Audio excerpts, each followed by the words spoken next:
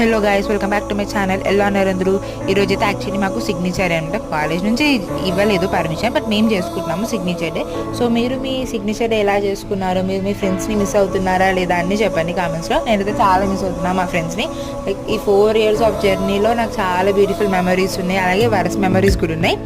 So it's common కదా, ఇంకా college లైఫ్లో బ్యూటిఫుల్ మెమరీస్ ఎంత ఉంటాయి, వరస్ట్ మెమరీస్ కూడా అంతా ఉంటాయి. నాకైతే 2 కూడా ఉన్నాయి.